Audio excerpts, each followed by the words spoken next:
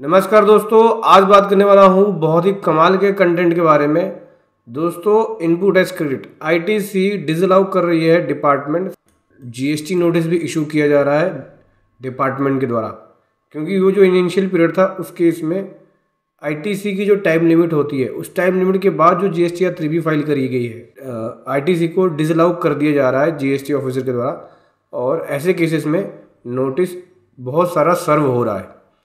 तो आज समझेंगे कि इस तरह का जो केस होगा जहाँ पे आईटीसी डिनाई कर दिया जाएगा और डिसअलाउ कर दिया जाएगा जब लेट 3B फाइल हुई है, तो कैसे उस केस में आप रिप्लाई देंगे, क्या जजमेंट आप दे सकते हैं, क्योंकि यहाँ पे केस लॉ भी है और कुछ जजमेंट भी है, वो भी आपको बताऊंगा। कौन से सेक्शंस को रख सकते हैं आप, क्या प्रोविज़न रख सकते हैं और कैसे आप अपना स्ट्रॉन्ग रिप्लाई बना सकते हैं। बहुत कुछ सीखने को मिलेगा, बहुत कुछ समझने को मिलेगा। उससे पहले बताना चाहूँगा, जो भी भाई बंधु मेरे चैनल पर पहली बार है, इस वीडियो को पहली बार देख रहे हैं, जिन्होंने अभी तक सब्सक्राइब नहीं किया सब्सक्राइब कर लीजिए, साथ ही साथ बेल आइकन पे भी क्लिक कर लीजिए ताकि इस तरह का कंटेंट आपको मिलता रहे।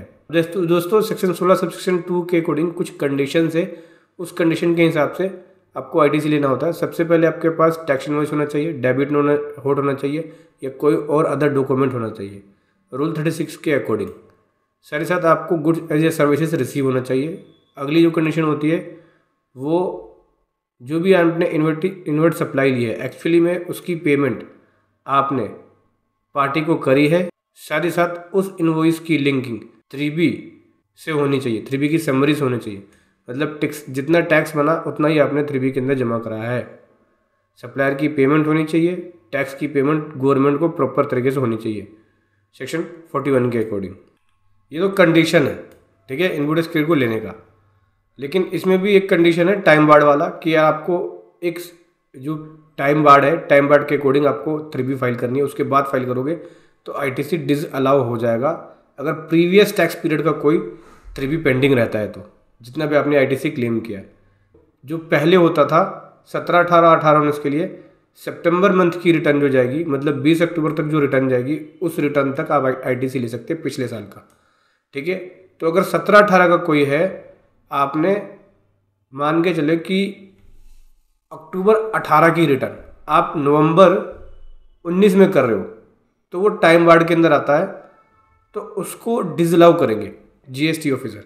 लेकिन इससे रिलेटेड कुछ केस लॉ है, उसमें देख सकते हो, और उस तरह के आईटीसी को अलाउ कर दिया गया है। ये देख सकते हो, एक केस लॉ है Rashmikant versus union of India का है, एक है Harvard tax payer association versus government of India का है, ठीक है। ये दो केस लॉ है जहाँ पे बोलते हैं कि अगर रिटर्न एक बार लेट फीस के साथ फाइल हो गई सेक्शन 16 सबसेक्शन 4, तो सेक्शन 16 सबसेक्शन 4 जो है वो डिफेक्ट नहीं होना चाहिए और ये अलाउेबल होना चाहिए, ठीक है। क्योंकि जब लेट फी फाइल दे रहे हैं और बिलेटेड रिटर्न फाइल कर रहे हैं लेट फी दे के, तो उस केस में इनफैक्ट जो एप्लीकेबल फ़ी है वो एप्लीकेबल फ़ी भरने के बाद भी लेट फीस सेक्शन 47 के अकॉर्डिंग उस रिटर्न को फाइल की गई है।